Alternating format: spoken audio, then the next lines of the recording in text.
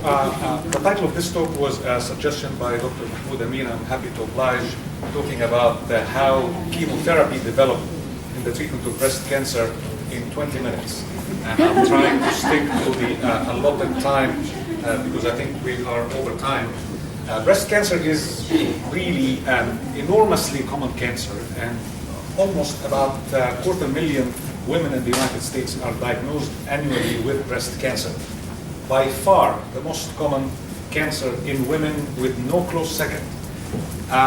It is compared to prostate cancer in men, which is indeed the most common cancer in men. And they both share the fact that they are not as deadly as one would think. So while breast cancer is indeed, can we leave the light a tad, please?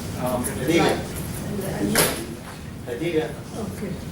So as you can see, while prostate cancer are comprised... Light. The light again. Can we leave it on, please? Thank you. Rory, can you see this? Yes. No, can see. Turn it off. Okay. I'm fine, thank you. So while it's actually the most common cancer in men, and the prostate is the most common cancer in women, and prostate is the most common cancer in men, both take a back seat as far as their contribution to mortality, men and women, to lung cancer. So lung cancer is less common than breast cancer, but much deadly. It kills 25% of patients who die of cancer, in fact. And these numbers have not changed for a while. This is the incidence of cancer in women in the United States, and the incidence of breast cancer is as a function of time. Sustained breast cancer has been #1 with no close second since the 1970s and continues to be until today. It is important to say that breast cancer in North America and Europe is way more common. The incidence much higher than breast cancer in places like Egypt. It is least common in places like Japan. And this is not thought to be a genetic issue simply because immigrants of Japanese women who come to the United States acquire the risk profile of those who are living in the United States. So while the incidence of breast cancer in Egypt is lower than the incidence of breast cancer in the United States, women who come to the United States and adopt the Western lifestyle, including diet, etc., would basically see the risk of breast cancer increasing. And the same applies to increasing and approaching that of the local incidence of breast cancer, I mean the American incidence of breast cancer, which is among the highest in the world. There are a number of risk factors that increase the probability of breast. Late childbearing, so the first child being born after the woman reaches the age of 30 is a distinct risk factor for developing breast cancer. Having a first-degree relative with breast cancer, starting menstruating early and having a late menopause, i.e. having a longer period during which the ovary is churning out estrogen, which is a growth and survival factor for breast cancer. And being on, having had multiple breast biopsies, even if these biopsies in fact did not show any cancer, is in itself an independent risk factor for developing breast cancer. Having a prior history of breast or ovarian cancer, and I think you might have read in the media a lot of buzz about that with Angelina Jolie and all, and estrogen replacement therapy, which was in vogue in the 1990s, now fell into disfavor after a major study. Women Health Initiative showed that women who take estrogen beyond menopause have actually a higher incidence of breast cancer. And obesity and lack of physical activity is now considered the #1 modifiable risk factor, not only for breast cancer, but for many other cancers as well, including colon, prostate, and upper gastrointestinal tract.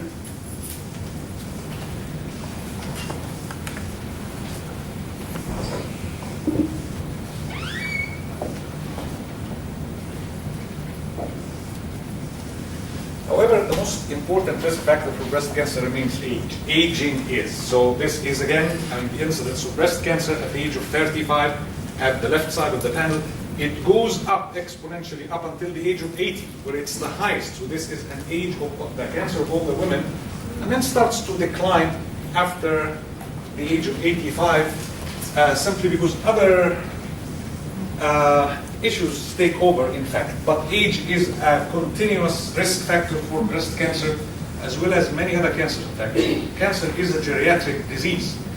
This is a cross-section of the breast, and the breast have ducts that basically transmit milk, and the cells that line these ducts are essentially the cells that transform into cancer. These are the cells that a genetic event turns these cells from a normal cell into a cancerous cell. They proliferate, they form a mass, and from the breast they spread to other organs, and in essentially a stepwise fashion.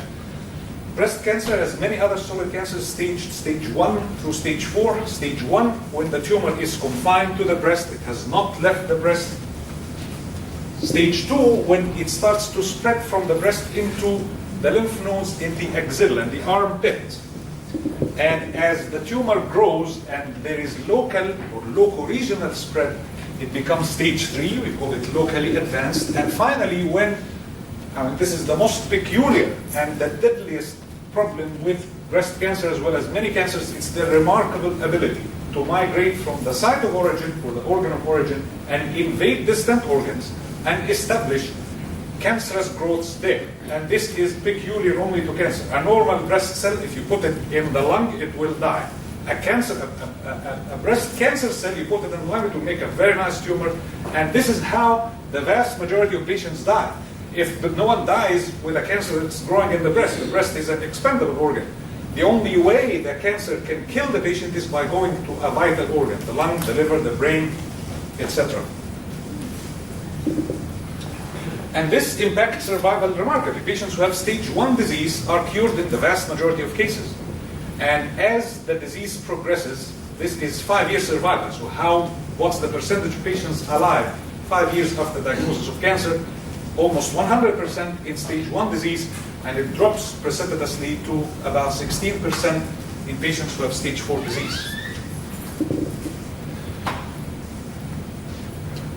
This is basically how we treat breast cancer today. So breast cancer, as many solid cancers, is a surgical disease. Take it out with surgery, the problem is solved. However,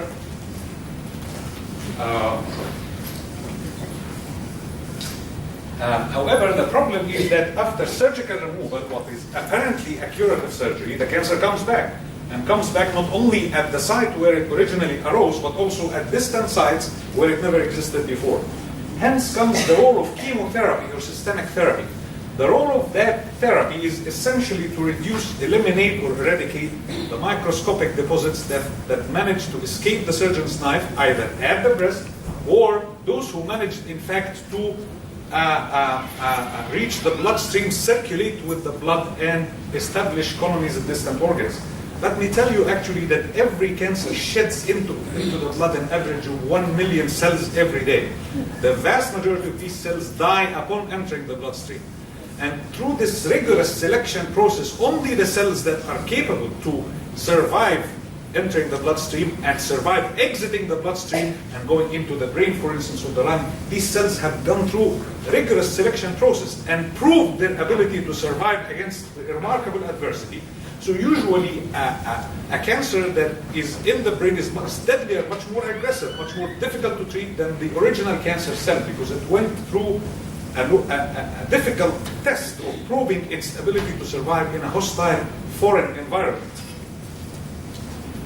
Any patient whose disease spread to the lymph node needs chemotherapy, more or less. And this is again the lay of the land. Hormonal therapy for any patient whose tumor is estrogen dependent. Any breast cancer, not all breast cancers depend on estrogen, but about 2/3 are, and those patients benefit greatly from blocking the estrogen, thus depriving the cancer cells from a very important survival and growth factors, i.e. the estrogen. And for high-risk disease that expresses or is sensitive to estrogen, both a combination of chemotherapy and hormonal therapy, or hormone deprivation therapy, if you wish, is needed. And for aggressive tumors, and I'll come to that in a second, of aggressive tumors also need chemotherapy, as well as there are now, this is part of the progress of chemotherapy, is that instead of using the classical chemotherapy drugs that kill essentially all the cells, regardless of whether they are cancerous or not, that's why they have substantial toxicity and side effects, we're using targeted therapies now that actually target specific protein molecules on the surface of cancer cells And this degree of selectivity is what is behind the improvement in cancer therapy and will drive the continued improvement in cancer therapy in the future. Again, I'll skip this for the sake of time and tell you again, this is how chemotherapy started. And especially talk about chemotherapy, meaning a therapy or a drug that is synthesized chemically. This is what the word means. But this applies to aspirin and Tylenol and paramorphine. All these are chemically synthesized drugs, but we never describe them as chemotherapy.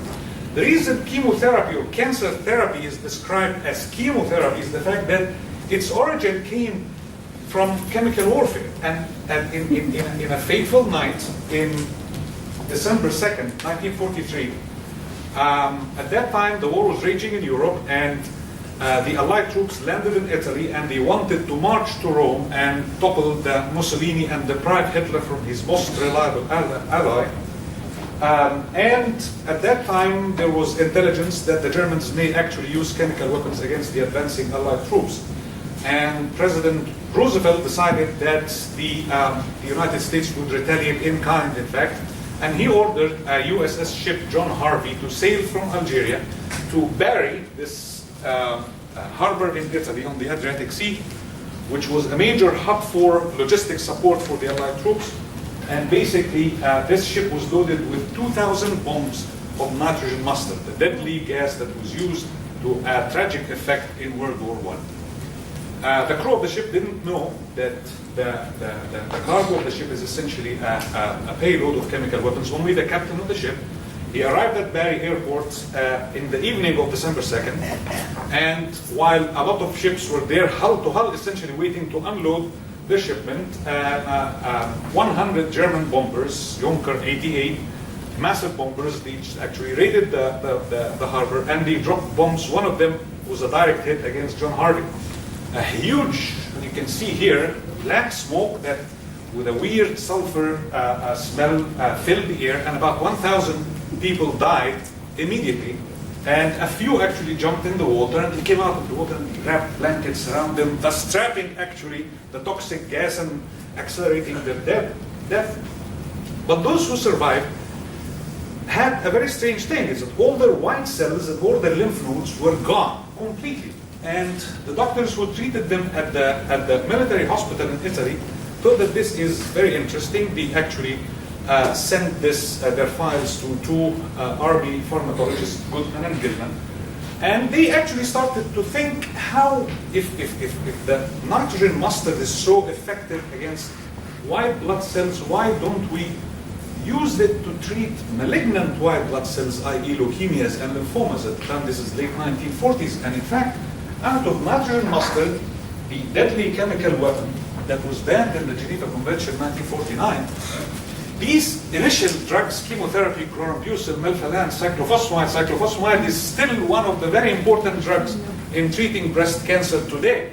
Is a chemical modification of the nitrogen mustard that killed scores of people in World War I. So that's why chemotherapy, and essentially for a long time, this was how anti-cancer drugs were developed. And starting from early on all the way, all these chemotherapy drugs are approved against breast cancer with a response rate. This is basically the number of patients whose tumors shrink when they take this treatment. And the journey has been remarkable, in fact. The modern drugs have a response rate of up to 70%, meaning that more than 2/3 of patients actually see their tumors shrink when they get a drug called docetaxel, one of the more modern chemotherapeutic drugs. Again, the most recent ones come from plants and sea animals and all. It's no longer a warfare-derived therapeutic, but this is how this concept evolved. So these are very toxic drugs. The way we use them, or we used to use them at least, is that to find out the dose that will kill the patient, back it up a little bit, and this is the treatment. And that's why the chemotherapy is enormously toxic. However,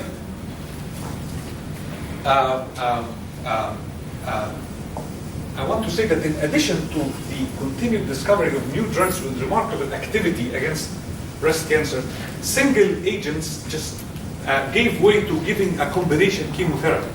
a bunch of drugs that are active in an attempt to enhance the effectiveness of these drugs and actually to a remarkable effect.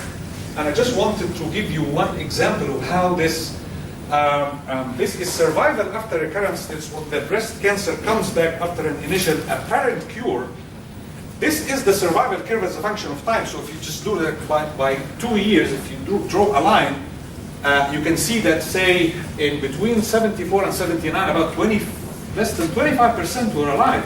Between 95 and 2000, this is an advanced stage disease.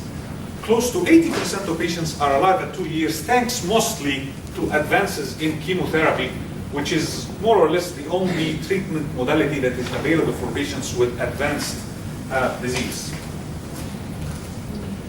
Again, I'll skip this for the sake of time and talk about what I just mentioned, targeted therapy. So again, a chemotherapy drug is particularly effective. It kills a lot of cancer cells, but it also kills a lot of normal cells too, collateral damage basically.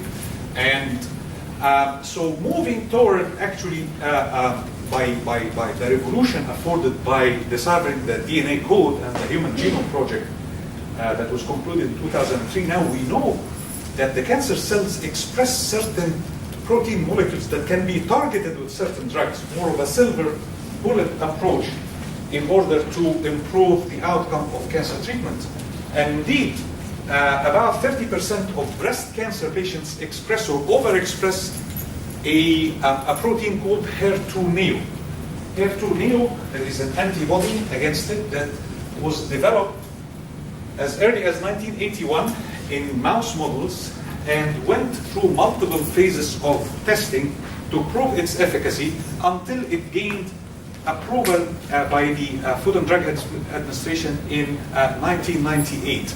Between 1981 and 1998, Genentech spent $1 billion to develop trastuzumab or Herceptin.